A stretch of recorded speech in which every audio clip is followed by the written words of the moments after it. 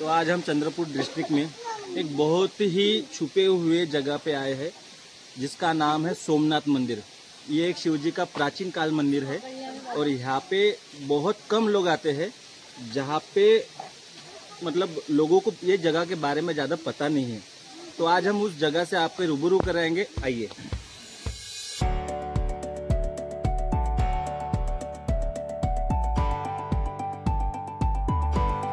नमस्कार मित्रांनो, माझ्या यूट्यूब चॅनलवरती आपल्या सर्वांचं स्वागत आहे।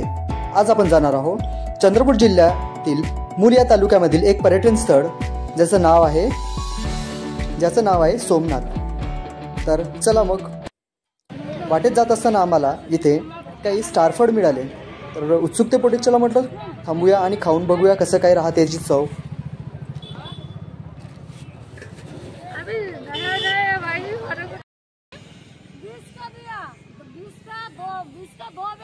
लेकिन हमारा गाड़ी का टाइम है, इसलिए अभी जाएगी, इसलिए लेकिन कल क्या है मालूम है, गाँव से स्टारफळ घेऊन आम्ही पुढील प्रवास सुरू ठेवला। हे पर्यटन स्थळ आपल्याला पाहायचं असेल तर चंद्रपूरवरून आपल्याला मूल मार्गे जावं लागेल आणि जर नागपूरवरून जायचं असेल तर राजुरीपासून आपण डाव्या बाजूला पेडगाव या मार्गाने सरळ या स्थळाकडे मार्ग निघतो। सोमनाथ हे पर्यटन स्थळ जंगलाने व्यापलेले आहे। तेथे तुम्हाला धबधबा, पुरातन शंकरजीचे मंदिर आणि जंगली प्राण्यांना पाहण्यासाठी सफारी गेट आहे। येथे जाण्यासाठी तुम्हाला ऑनलाईन पद्धतीने बुकिंग करावं लागेल।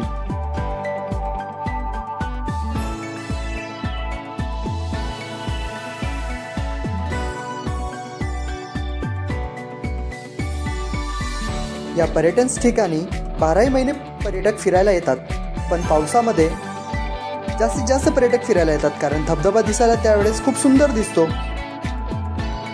शिवरात्रमध्ये पण इथे बरीच गर्दी राहते। तर मग चला निघूया धबधबा पाहायला आणि त्याचबरोबर तिथे असलेल्या मंदिराचे दर्शन पण घ्यायला। इथनं लांबून आपण बघितल्यास आपल्याला इथे शंकरजीची मूर्ती दिसते।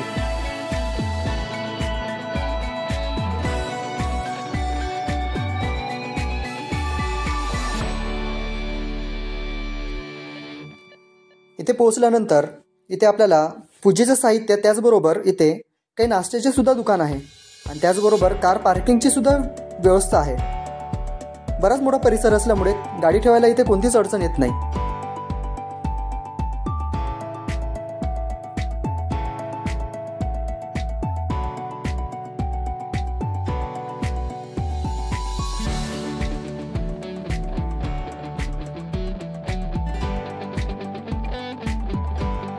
आजचा प्रवास थोडासा जास्त झाला होता, त्याच्यामुळे सर्वांना भूक लागून होती आणि त्याचमुळे इथे असलेला कच्चा चिवडा सर्वांनी घेतला आणि इथेच खायला सुरुवात केलो आम्ही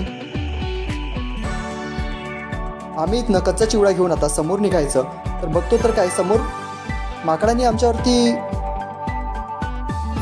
जणू हल्लाच केला। आम्हाला समोर जाऊ देतच नव्हते। जोपर्यंत आम्ही त्यांना काही खायला दिलं नाही तोपर्यंत आम्हाला त्यांनी जाऊच दिलं नाही।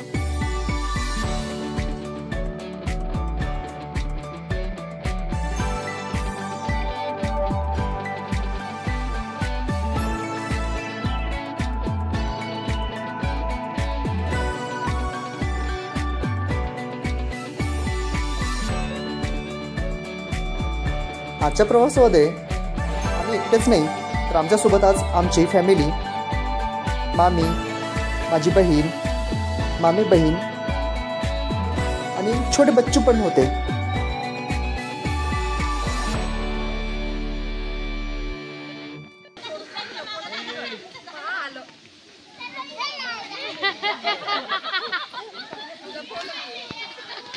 खाऊ नका म्हणते, इथं खाण्याची परमिशन नाही आहे, खाण्याची परमिशन नाही आहे।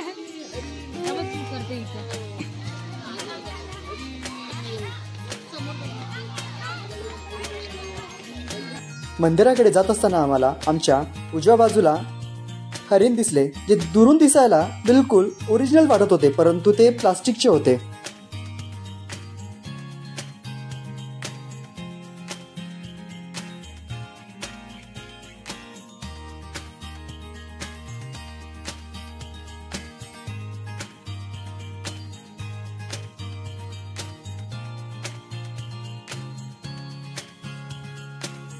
हे आहे शंकरजीचे पुरातन मंदिर.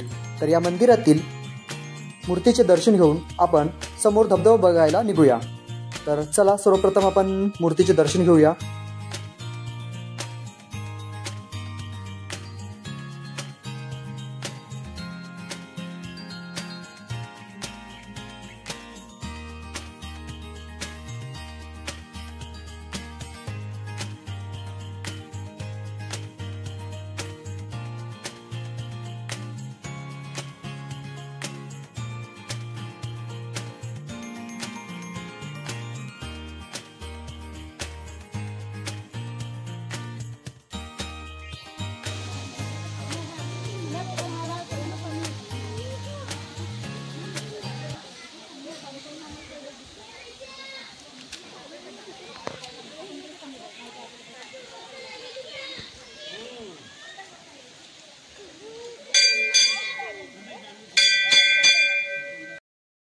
आज आपण आलेलो आहोत मूल येथील सोमनाथ या तीर्थस्थळावर, जिथे प्राचीन काळातील शिव मंदिर आणि त्याचबरोबर एक छोटासा इथे धबधबा पण आहे.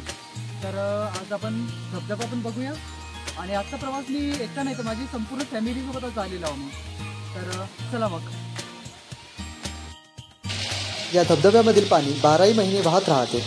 पण पावसामध्ये हा धबधबा खूप सुंदर दिसतो.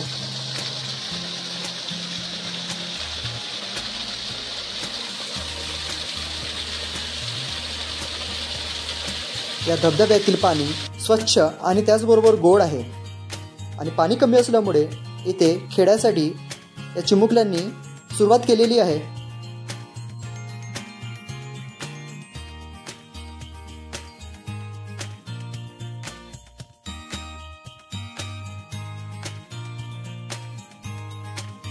या ठिकाणी धबधबे 3 आहे. खाली मोठा धबधबा आणि जसजसे वरती जाल तसे छोटे छोटे धबधबे आहे इथे. आणि त्याचबरोबर इथे जंगली जनावरच असल्यामुळे जास्त वरती जायला परवानगी नाही आहे.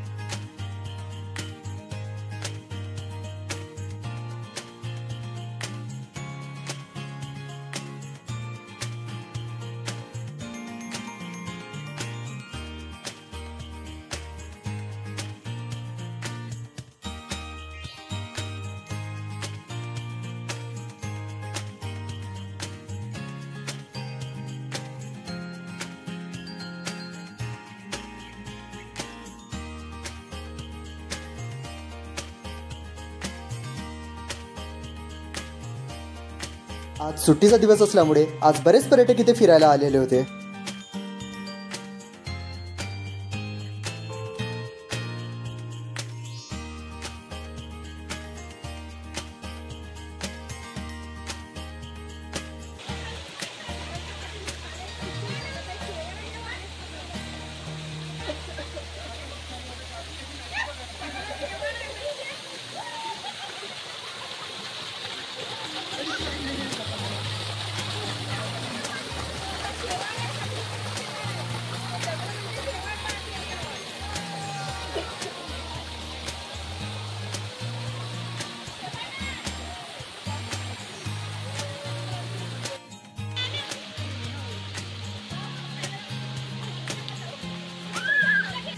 जर तुम्ही एखाद्या वेळेस मूलला आल्यास या पर्यटन स्थळाला भेट घ्यायला नक्की जा. खूप सुंदर आहे.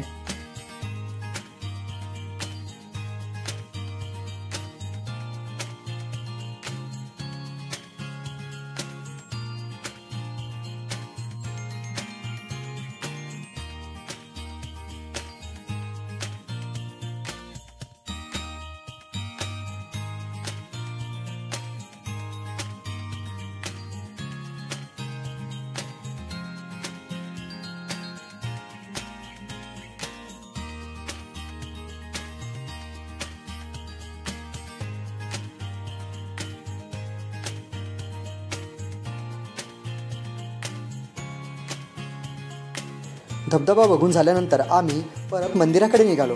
पण मंदिराकडे जात असताना आम्हाला वरती वाघोबा दिसला, जो दिसायला खरोखरच असल्यासारखा दिसत होता. त्याला 2 मिनिटासाठी बघितल्यानंतर मी सुद्धा घाबरलो. पण नंतर बघितल्यानंतर तो प्लास्टिकचा आहे असं लक्षात आलं.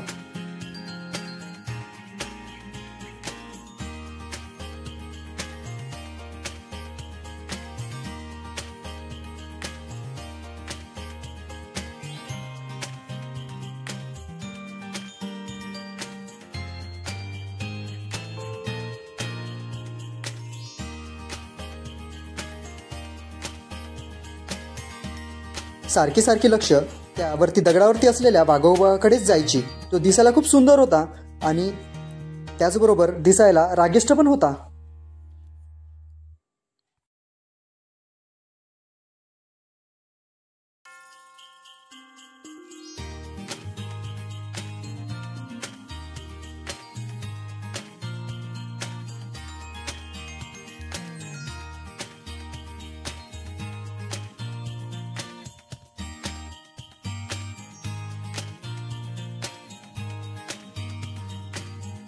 हा धबधबा आणि या धबधब्याच्या सभोवतालचा नजारा खूप सुंदर असल्यामुळे आम्ही दोघांनी इथे बरेच फोटो काढून घेतलो.